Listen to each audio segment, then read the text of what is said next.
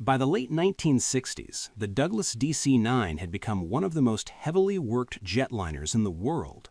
It was not glamorous, it was not fast by intercontinental standards, but across North America and Europe, it was everywhere. Delta Airlines, Eastern Airlines, Southern Airways, Swiss Air, SAS, Lufthansa, and dozens of regional carriers built their shore-haul networks around it. High-frequency routes, short sectors, fast turnarounds.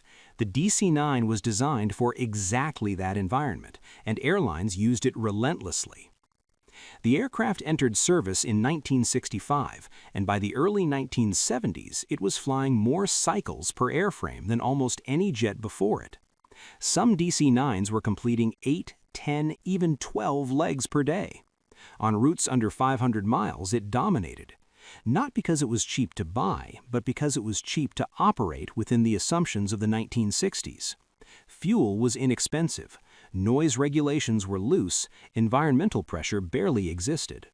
What mattered was dispatch reliability and the ability to move passengers quickly between city pairs that were too thin for a 707 or a DC-8. That environment did not last. In 1973, the first oil shock rewrote airline economics almost overnight. Fuel jet prices tripled, then doubled again later in the decade. Aircraft that had been designed around low fuel costs suddenly looked inefficient.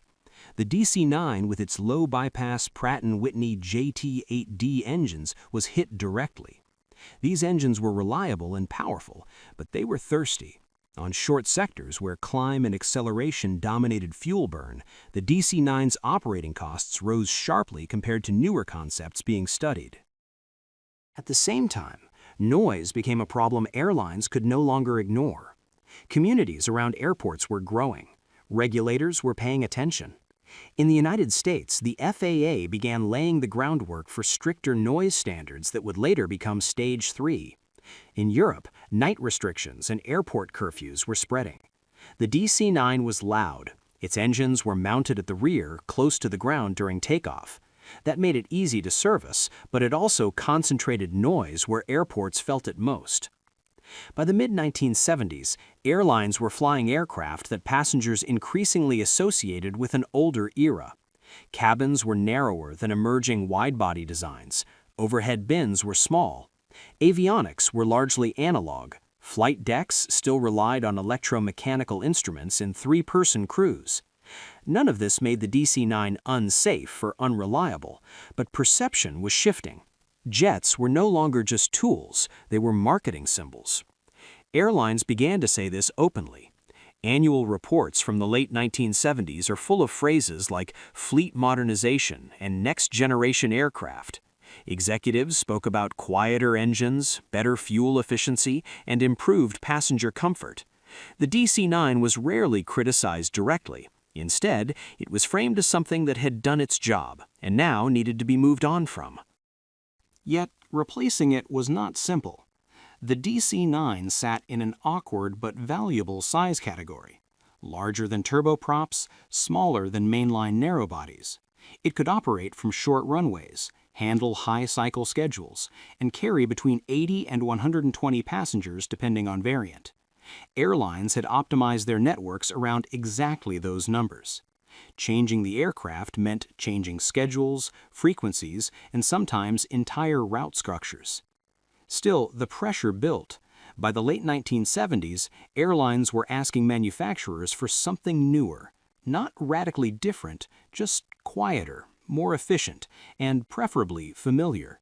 They wanted the benefits of modernization without the disruption of a clean break. That tension is what made the DC-9 a target. Not because it failed, not because it underperformed, but because the world around it changed faster than its original design assumptions. Fuel mattered now. Noise mattered now. Image mattered now. And airlines wanted all of that solved without losing the operational strengths they depended on. By the mid-1970s, manufacturers were fully aware that the DC-9 was reaching the limits of what airlines were willing to tolerate. Boeing had launched the 737-100 in 1967, followed by the stretched 737-200 in 1968, explicitly targeting the same short-haul market.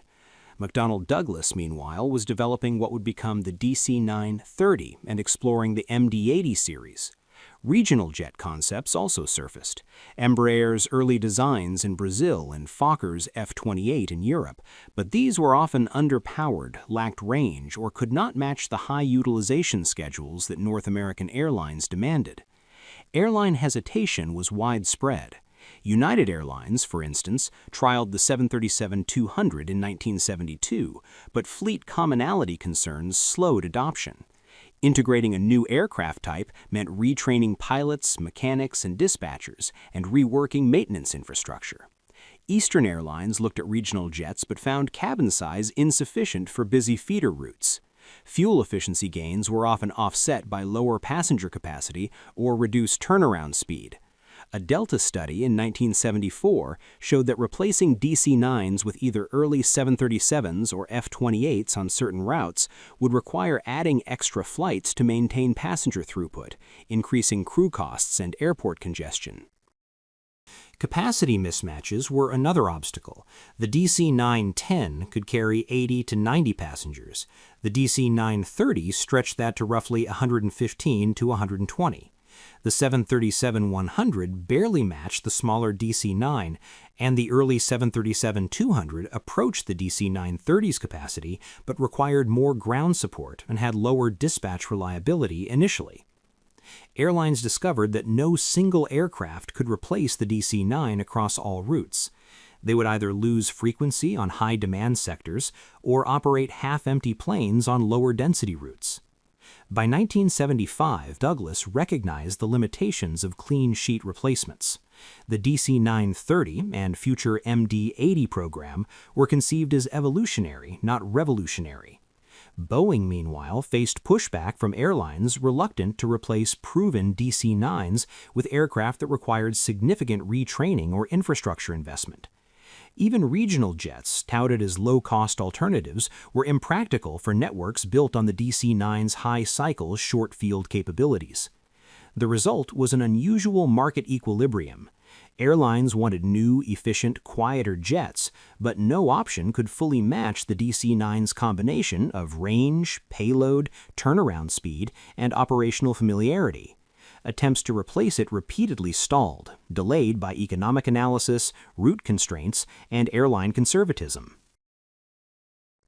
By the late 1970s, McDonnell Douglas had fully acknowledged that no single clean sheet replacement could dislodge the DC-9 from its dominant short-haul niche.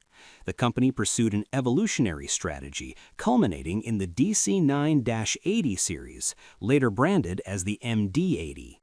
First introduced in 1979 with Delta and Swissair as launch customers, the MD-80 retained the DC-9's low-mounted rear-engine configuration, T-tail, and cockpit layout, ensuring pilot and maintenance commonality across the family.